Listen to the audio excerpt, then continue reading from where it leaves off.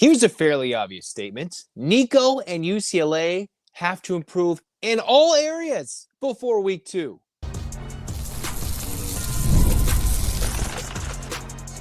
You are Locked On UCLA, your daily podcast on the UCLA Bruins. Part of the Locked On Podcast Network, your team every day. Welcome, everybody, to this edition of the Locked On UCLA podcast. I'm your host, Zach Anderson-Yoxsimer. Thanks for making this show your first listen each and every day. It's free wherever it's your podcast, and it's available on YouTube. Like, comment, subscribe, download. Thanks for your support, your team every day. Welcome back, everydayers. Today's episode is brought to you by Game Time. Download the Game Time app, create an account, use the code LOCKEDONCollege for $20 off your first purchase. What we're doing today, we're giving grades to the UCLA offensive performance against Utah. We are, somehow doing a therapy session, if you will, about the UCLA defense, because we all know what that grade will be, but we'll talk to UCLA defense segment 2. And then 3, is there any hope or sense of optimism for this season? We'll talk about that at the end of this show. All right, so what we all want to know, when everybody is either watching for entertainment value, hate watching, or with rose-colored lenses, maybe not anymore, the Nico Iamaleava debut. I've already talked about it a couple of times, but let's talk about the offense as a whole. Much of the eyes were directed towards Nico, but what we need to see and what we need to shift our focus to is to Tino. Nico and Tino together. You have Nico Iamaleava and Tino Sunseri, the UCLA offensive coordinator. Those two are a tandem that can help make UCLA's season a success in 2025. All right. Wow. We'll analyze if that's possible in segment 3. Those two working together and developing a good offense that is somewhat coherent earlier in the season than Eric Bieniemy's ever was in 2024 is going to be a work in progress, especially if the UCLA offensive line is a no-show. So if we're going to go kind of based off the O-line and go based off the trenches, normally you give grades for the offense as a whole, and clearly my grade would be a D+, a high D+, because we've seen much worse. UCLA, you could argue, looked worse in the beginning of the Hawaii game than they did against Utah. If you look at 2024 and you look at the beginning of the Utah game, the first couple of drives, it wasn't as bad, I think, considering UCLA couldn't score against Hawaii. They moved the ball against Utah. So there's reason for me to believe that there can be something there. It's just if anybody that dials up a blitz, if anybody dials up any sort of pressure, or if just the front four of UCLA's future opponents comes in and just bulldozes the UCLA's offensive line, they will struggle, which is exactly what happened against Utah. The Bruins got into the red zone. The beauty of it was UCLA scored. They got in the red zone, they scored a touchdown. All right, let's think about that. That was hard to do in 2024. Absolutely hard to do. But the fact that Nico made a play, UCLA was moving the ball, funny thing to look at was the fact that UCLA was pretty solid on 4th down. I asked Deshaun Foster coming into this game, in my mind, got to be aggressive. You've got to go for it on 4th down. No second guessing like he did a year ago in his coaching debut. He came in and said, we're going for it. That was the mindset. That was the mentality. And once he probably knew what his defense had or didn't have, he's like, we're probably going to have to go for it. UCLA was 3rd and 4, or 3rd and 4 was 3 for 4 on 4th downs. And the one they didn't convert had Nico up with his hands up asking for a pass interference, although he was just a few plays removed from missing a touchdown throw. What is not good was UCLA's lack of ability to convert on 3rd down. And this is where you need good pass protection. UCLA has not had that in the last couple of years. It's gotten progressively worse with a big drop-off now to the 24 and 25 seasons. Now, I did like what Tino Sunseri was able to do with his creativity, the ability for UCLA, still against a strong front 7 for Utah. It was 4th and short a few times, 3rd and short, and UCLA moved the ball. Like, they were clearly running the ball, and the Bruins still got a 1st down on Utah. Like, that's something that can't go unnoticed. As much as it looked awful to watch this game from start to finish, those are the small things that hopefully can build into consistency over time in the 25 season, where they could pick up a 4th and short. Nico's 6'6". If he's under center, he can just reach over, or a little RPO, and he goes and runs for a first down. Or the fact that in limited chances, UCLA did have some success running the football. Now, was it to what we liked? No. Because when your leading running back has 7 attempts for 17 yards, that's Javian Jet Thomas. And then you had Jalen Berger, who went for 5 attempts, 7 yards. And the best running back of this game, Anthony Woods, who had a great rapport with Nico receiving, coming out of the backfield. Cool. It's just frustrating when your leading receiver has less than 50 yards, your leading rusher has less than 50 yards, and your starting quarterback has less than 150 yards throwing the football. Absolutely frustrating, even though there were signs of positivity. What we didn't see were a lot of penalties, all right? It's not like UCLA was holding a lot. There wasn't, despite a new quarterback, despite a lot of new pieces, a new offensive coordinator, there wasn't a lot of false starts. There wasn't a lot of those penalties. So while it's not going to be enough to bump your grade to a C-, because certainly this level of apathy is not passable, it wasn't completely laughable. All right? Like, you have to take the small good with what was a lot of bad. Yes, clearly Nico did not have the debut. One that is going to give all the Tennessee haters watching this show, watching the UCLA carousel circus, whatever it might be, during this 2025 season, it gave them round one. Because, of course, Joey Aguilar went out there, a couple of scores, despite his fumble, despite some missed throws, they won't tell you about that. They went out and put up almost 50 points on Syracuse. And UCLA had almost 50 points hung up on them. So the UCLA offense, I think, well, clearly they have to be the leaders in this group. They have to get much better, and it starts up front. You can't just get eaten alive by the defense, all right? Utah, 4 sacks, 5 tackles for loss, an interception, although it was a late-game interception, not that you really want to be turning the ball over at all, but there wasn't any fumbles lost. Utah was the one who put the ball on the floor multiple times. They put it on the ground. It was a late-game interception, an interesting read by Nico, where you can be mad about his missed throws, his overthrows, even getting talked to by people who are, looking from different angles around the Rose Bowl. It's like, yeah, clearly slinging it above the receiver's head, which is exactly what the Tennessee scouting would have said. Yep, that's our Nico. Not anymore. Ha, ha, ha. That's the laughs we're getting. Now, from week 1 to week 2, the UNLV defense is not the same thing as Utah. Quite frankly, there's not going to be anything else like Utah. Am I an idiot for thinking UCLA could have magically put something out there? Yes. Could it have been a very different game if on that first drive, UCLA hits a wide open receiver, Mikey Matthews, sprinting up the seam in stride, which would have put them at least in the red zone, let alone probably sprinting to the end zone for 6 and would have taken a 7-6 lead. Yes, completely different game. That's not a throw you want to miss. And if we go back to the Josh Rosen era, where they missed the big play against Virginia in his debut, I don't want that missed throw by Nico on the first drive to be one that haunts him in what could be his only year at UCLA.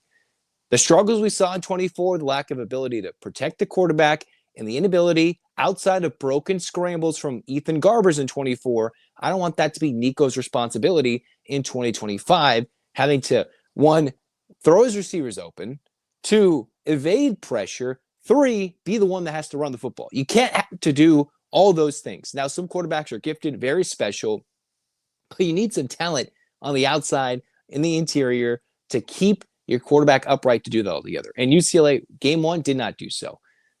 Positives. UCLA's play calling looked much better. They looked cleaner and sharper in areas that they didn't in 2024 this early in the season.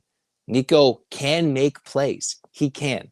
Now, he's got to hit his receiver wide open for a touchdown, which is why it wasn't more respectable, a closer game deeper in the second half.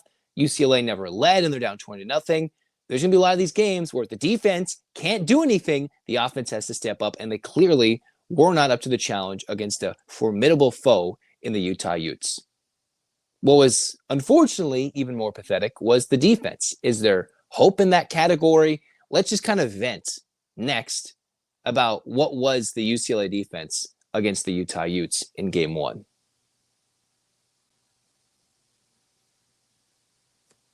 Quick question for all you college football fans out there. If you could go back in time and sit front row at your school's biggest rivalry game, what hats would you be wearing? Yes, I said hats. For me, it would be the game. Those aren't just hats. These hats, they're the same vintage styles fans wore back in the 80s, 90s. And guess what? They still go for the same price they did back then. And when you use the code Locked On, you can get your vintage hat for $16.99. Head to thegamecaps.com. Thegamecaps.com. I looked at the website. They've got sweet UCLA gear. You can check which decade from the 80s to the 2010s that you're feeling your UCLA pride from. Grab your team's classic bar or retro circle design and use the code Locked On for an exclusive discount because legends wear the game. And now that college football is back, I couldn't be more excited because you can go with all the cool gear, but you want to be there. The tailgates, the rivalries, the energy in the stands, there's just nothing like it. So let's be real. Actually getting tickets can feel more like a battle than the game itself. Endless queues, the hidden fees, prices jumping at checkout. You're like, dude, the price just jumped up. It was $20 cheaper or $100 cheaper just a moment ago. And you're like, man, why is this so frustrating? But if you use Game Time, the app gives the advantage back to you, to me, the fan. It's easiest and is the easiest way to score last-minute tickets at the best prices with no surprise fees. And you see what you pay. I've used it for many chances, for college football, for hockey, for even playoff tickets in Major League Baseball last year. Where'd I go? Where'd I get those good, low-priced tickets for the event? I went to Game Time. And in a couple of taps, amazing deals. And if you're looking at college football games right now, you can see games with tickets prices as low as $25. So take the guesswork out of buying tickets, college football tickets with Game Time. Download the Game Time app, create an account, use the code LOCKEDONCollege for $20 off your first purchase. Terms apply. Again, that's promo code LOCKEDONCOLLEGE, LOCKEDONCollege for $20 off. Swipe, tap, ticket, go. Download Game Time today.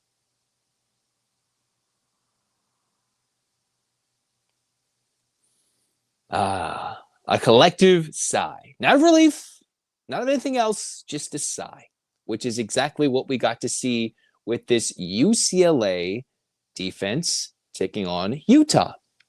Because this was a game with two teams, the UCLA Bruins, the Utah Utes, that were debuting new offenses with new quarterbacks. The difference is Utah, of course, brought the quarterback with his offensive coordinator. Nico brought all the hype, the hysteria, the hope, but a different offensive coordinator. And you hope that pairing would have done things. It didn't exactly, but was way, way, way, way, way worse and made this game more embarrassing was the fact that UCLA could not stop Utah. We're just 2 years removed from that game in Salt Lake City where the UCLA defense stamped itself as, oh, this is a legit defense. Not that Utah's offense was really that good in 23, but they came out, the UCLA Bruin defense, then under Danton Land as like, wait a minute, like this is legit. The guys they have on this defensive front are going to be a force in 23, and they were. And there's still a lot of leftovers with Akai Malloy in 2024. And after figuring it out in the early portion of the season, or not figuring it out in 2024, the back half, UCLA forced 9 of its 13 turnovers forced as a defense, and UCLA won 4 of their last 6 games.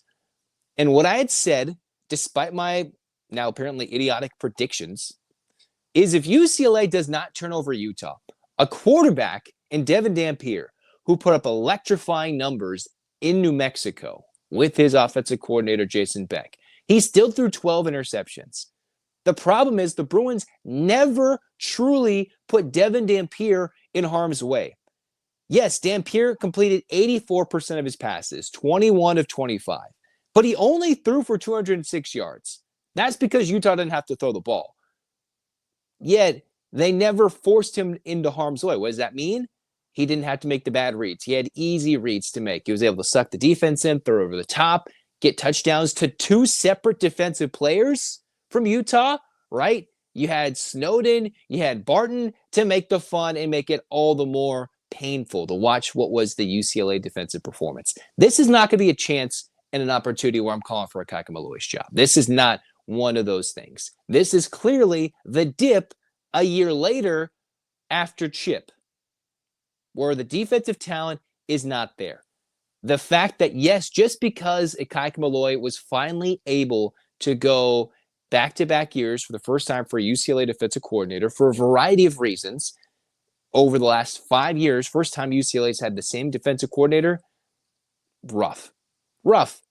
I'm not calling for his job because there's clearly no talent left from those last few defenses from 22 to 24. They weren't elite in 2022, but the talent was there, and Laiatu Latu was wrecking the backfields with the Murphy twins and company.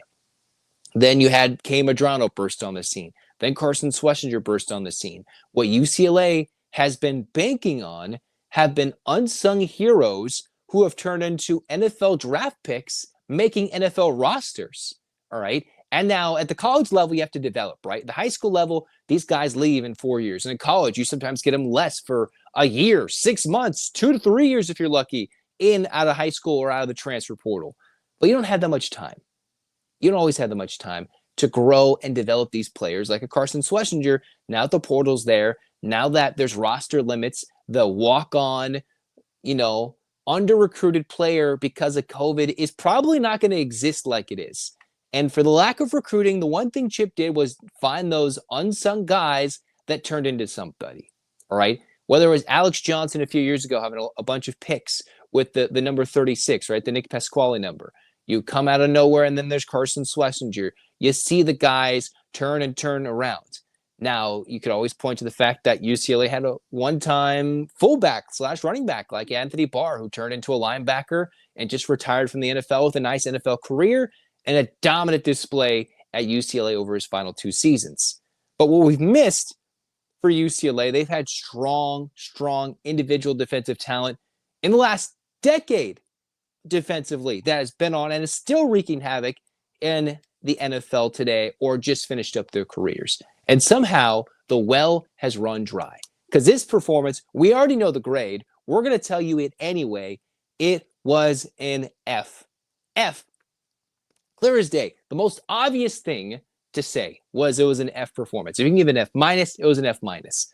But you could see the lack of athleticism on the outside, maintaining the edge containment, the inability from the new linebackers to make plays. Isaiah Chisholm, who did lead the UCLA Bruins in tackles, had a big chance when the game was still rather close and UCLA had some momentum on their side to take out Utah's quarterback with a big sack on second down. And then it instead turned into positive yardage for a third and long, at least third and 9. And Utah still easily converted on a short pass that gained 10 to 15 yards when the ball carrier should have been tackled well shy of the first down. UCLA only had 2 tackles for loss. The emphasis in practice for the rest of the season should be bring down the ball carrier.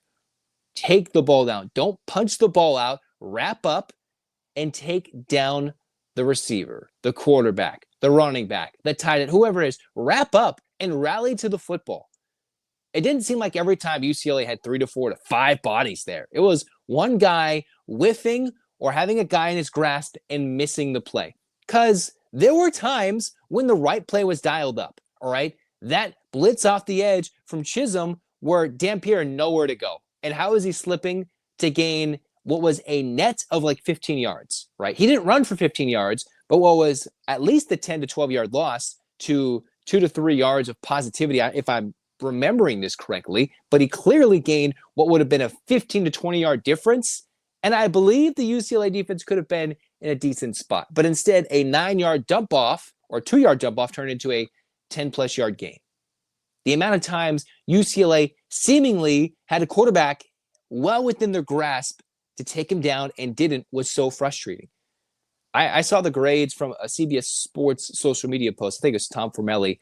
It was like the success of the defense, which I don't really know exactly what that means, the success or whatever the term was used by the CBS Sports football analyst.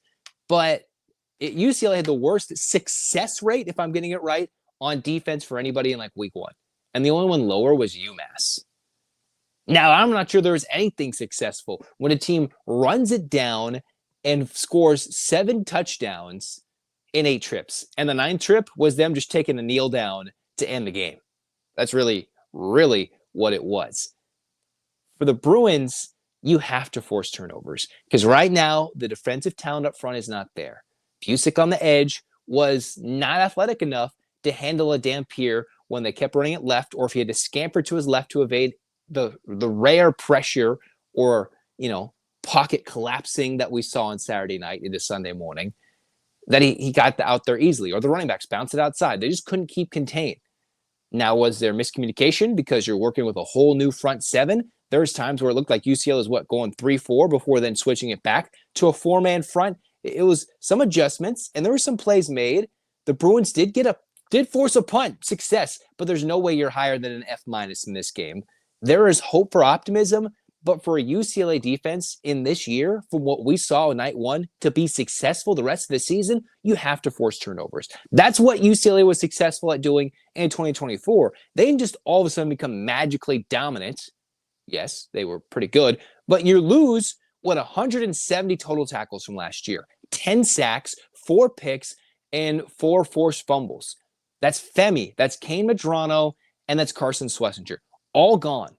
You've lost like 16 of your 22 sacks from last year's team alone, if I've got that number correct. That's a good portion of players that can get in the backfield and develop over the course of the year.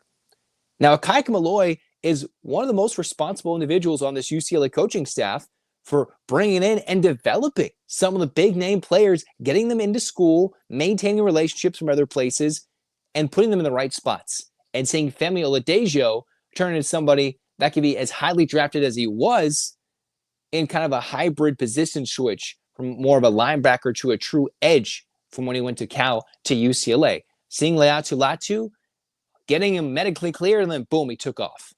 All right?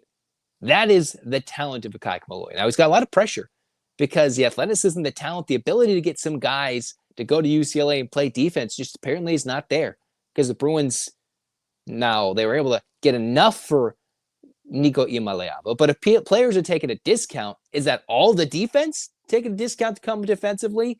Is all the new DBs, are they all ready to play at week one? No, because mostly Utah ran the ball on them. And that's where UCLA doesn't have it in the trenches. So as much as the Bruins are overhauling a secondary with hopefully a lot more talent than they've had in recent years, they're changing things up in the front seven. UCLA has no O-line, no D-line. Now they were able to find some talent the last couple of years, but they didn't develop it. So now they're left with a big gaping hole in the offensive line and the defensive line.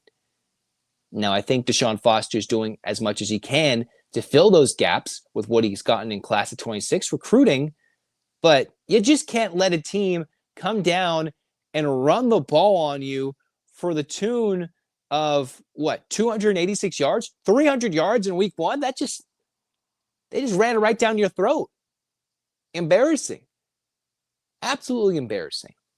It's going to take recovering a fumble, whether it was almost on a kickoff or a forced fumble on a punch out on a Utah drive early in the game. Those are the breaks. You need the fumble luck to go your way for UCLA to have improvements against teams that are way bigger, a lot more physical. If UCLA is going to win some of these close games, the Bruins last year, 5-2 in one-score games. I do believe in Akaika Malloy's ability to game plan and call the right plays at the right times. It's just, can the Bruins prove themselves to make the tackles and make the plays when they're in the right spots? Because there wasn't like, they're always completely in the wrong spot for 4 quarters. No, it's they couldn't make the plays. And that's a whole separate issue versus coaching. That's a recruiting, and that is a whole emphasis that you just can't fix right now heading into week 2. It's put the kids in the right spots, emphasize fundamentals, and namely just bring the ball carrier down. And speaking of feeling down, do you feel like there's any sense of hope in this season? Are you feeling bleak? Are you feeling down in 2025 after week 1? Let's air it out. Maybe I'll be positive. Maybe I'll be negative. Let's think about it next on Locked On UCLA.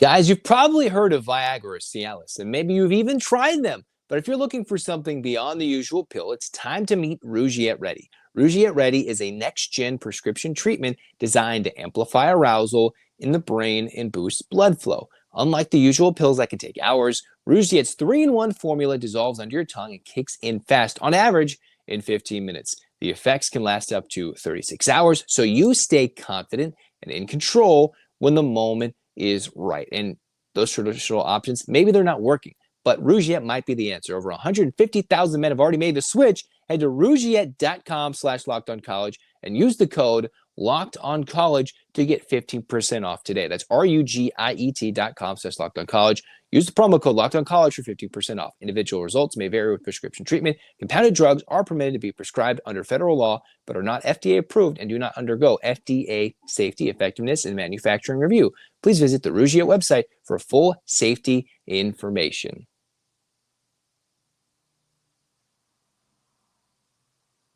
So, wrapping things up here in Locked On UCLA, we're going to briefly talk about special teams because they deserve a grade too. Here's the funny thing. UCLA didn't force many punts. So we didn't see the punt return game as much as we would have liked. It was a fair catch inside the 10. Maybe better things could have happened than that. Did we see Roger Pleasant back there? Ooh, yes, we saw some athleticism from the new speedy Oregon transfer. So it seems like they're making the right decisions and putting the right guys in the right spot. The first punt left a lot to be desired. It wasn't good. The rest of them, a lot better for UCLA. And then Mateen Begani absolutely buried a 46-yarder. Wasn't as cool as Utah's big-time field goal at the end of the first half, giving them a lot of momentum in the locker room. But the special teams did just enough. I'm going to give them a B. A B. You know, if you want to be really harsh and mean, B- to C+, but I really don't. They did nothing to alter this game negatively. And they did get a big stop on a kick return by Utah where they fumbled it, wrapped up, got them within their own 10, inside their own 15-yard line. So you could still think UCLA has room for growth, but I think it was clean and buttoned up compared to week 1 versus Hawaii, where UCLA didn't have enough players on the field, and Hawaii's punter ran for a first down and eventually a touchdown drive in week 1 in the first quarter. That did not happen against Utah, so much better for Deshaun Foster in year 2. Now, reason for hope, bleak or not? Well, I decided to do something as, I was like, all right, what you could describe for, as UCLA fans, can there be any more of this like entertainment torture, right? Because there's, life can be hard and there's more serious issues going on out there. But when it comes to like just simply watching college football game and enjoying college football as a whole, that's really an entertainment. Just like it can be so brutal to watch UCLA year in and year out. The Chip Kelly tenure, massively disappointing. I tried my best to see positively, but in the end, he stopped caring. It was different. And when they kept losing to inferior opponents time after time after time, it was time. But the problem was, as a whole program, from the institution as a whole, they let Chip Kelly walk, do as he wanted. Go to Ohio State, coach with his buddy, win a title, and then get a job in the NFL and chill doing X's and O's next to Pete Carroll with the Raiders, of all people. So then that put UCLA way behind it when they could have gone aggressively after some young up-and-coming coach. Could have gone after some big-time hire, and UCLA could be like, hey, come take our program over, work the portal. But no, they had Deshaun Foster come in so late that he had already taken another job in the NFL, ironically with the Raiders, before he came back to UCLA to become the head coach. He kept the team together, has kept the camaraderie together. He seems like he clearly gets it, but the problem is that it's almost like he's set up to fail with how UCLA handled not firing Chip Kelly and letting him leave on his own terms, basically on the eve of spring ball, where as much as we saw the portal move in the spring this year, it wasn't doing as much with as much talent in 2024. So can UCLA build off a performance like this in 2025 to start week 1? We've seen some pretty brutal week 1 performances, some pretty brutal performances for UCLA, but they were somewhat competitive. If you think about it, UCLA wasn't embarrassed by LSU. They were competitive. They looked rough against Hawaii, but they did beat Hawaii. They were run off the field by Indiana, but we've kind of forgiven UCLA's home opener for Deshaun Foster in 24 because Indiana shocked everybody and went to the playoff. It was just a little ominous that they dropped the ball in the first play. UCLA didn't drop the ball in the first play. There are so many subtle hints of improvement from year 1 to year 2 under Deshaun Foster that they have to be noted. Now, I can't find anything on defense to really get you positive. I just can't. But Ikaika Malloy did do something similar with a lot more talent, though, in 24, in a turnaround that had the team be competitive. The only problem was the UCLA rushing defense way, way, way, way better last year. And the problem was rushing the passer and stopping third downs. This year, they have those problems. And then they have all the problems of not being able to stop the run right down, right at you. Offensively, Nico, frustrating. Now, there are plays that he made that aren't going to go fully into detailing how he kept UCLA in this game respectably, but not enough to make this superhuman or to stave off any laughter from the Tennessee fan base or the national media, which is going to point the finger and laugh and laugh and laugh at the fact that he came to UCLA at this very moment. So week one, haters win. Bleakness, terrible. So you know what I decided to do Sunday night? I decided, you know what? I might be in the movie for a sad movie. And I was like, all right, had the roommates come together, put on a movie in the living room, stayed up late. And we watched Grave of the Fireflies. And if you ever want to watch a movie with a bleak outlook that is well done, it was that. And if you ever want to feel so terrible watching something that is, technically entertainment, it was like, wow, Grave of the Fireflies was nuts. So I was like, wow. Somehow I found a way to make my weekend from an entertainment perspective only way worse. That just that just hit me harder. And somehow I found something that hit me harder and felt way worse than watching a UCLA football game. So I would say that's a win. It is possible, and there was room for growth for UCLA football.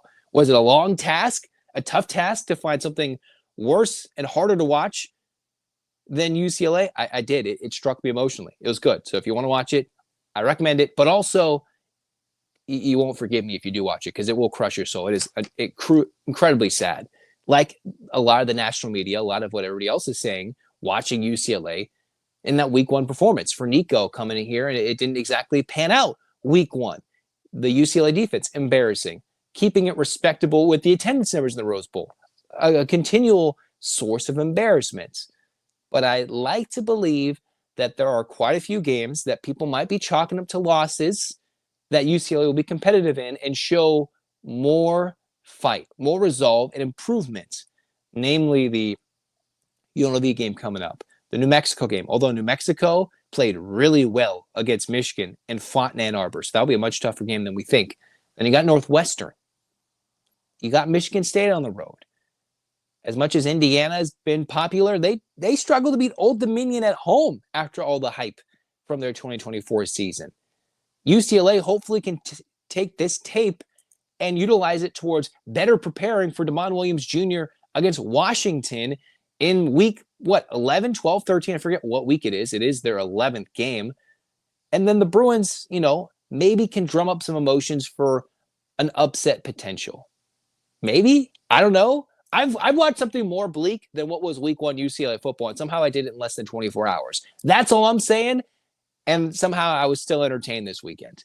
If this happens week in and week out, I don't know. But if UCLA can still win this game against UNLV, they're 1-1 with the same thought process as last year, a win against a Mountain West opponent and a brutal blowout against what could be an unexpected contender in 2025 like it was in 2024.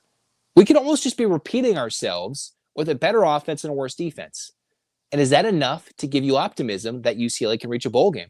They could have and almost should have, in some aspects, gotten that 6th win last year, missing the SC game, the Washington game, the Minnesota game. But the defense has to significantly get better, or at least become a turnover-forcing machine, while Tino Sunseri's offense and Nico Iamaleava cannot just generate 200 yards of offense. Has to be closer to 400 yards of offense to be exciting to watch, let alone win games for a team that just could not stop the run in week one. Bleak? Absolutely bleak. Reason for optimism? I got the rose-colored lenses, baby. Not that they're going to win 9-10 games, but everybody takes a walloping once in a while. Why can't the Bruins go build like they did last year? They certainly can. But are they going to make a playoff? No. Are they progressing further than they could be? No. But there's still hope that UCLA cannot be the worst team ever fielded like it felt like after week one. So let's build and build slowly. Take those signs of positivity that we couldn't see last year after week one or week two and apply that to hopefully some wins in the next few weeks in very winnable matchups. The next 3 games, very winnable. And even if they're 3-1, that looks good for UCLA to build some confidence with Penn State coming to town in early October. We'll see how that all goes. We're going to talk more UCLA football. We'll talk more UCLA basketball. Everything on this Locked On UCLA podcast. So get your hands up, Bruins fans. 8 clap time, baby.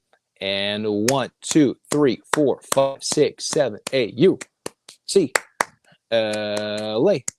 UCLA, fight, fight, fight. This has been Locked On UCLA. Like, comment, subscribe, download. Thanks for your reports. Zach signing off. Go Bruins.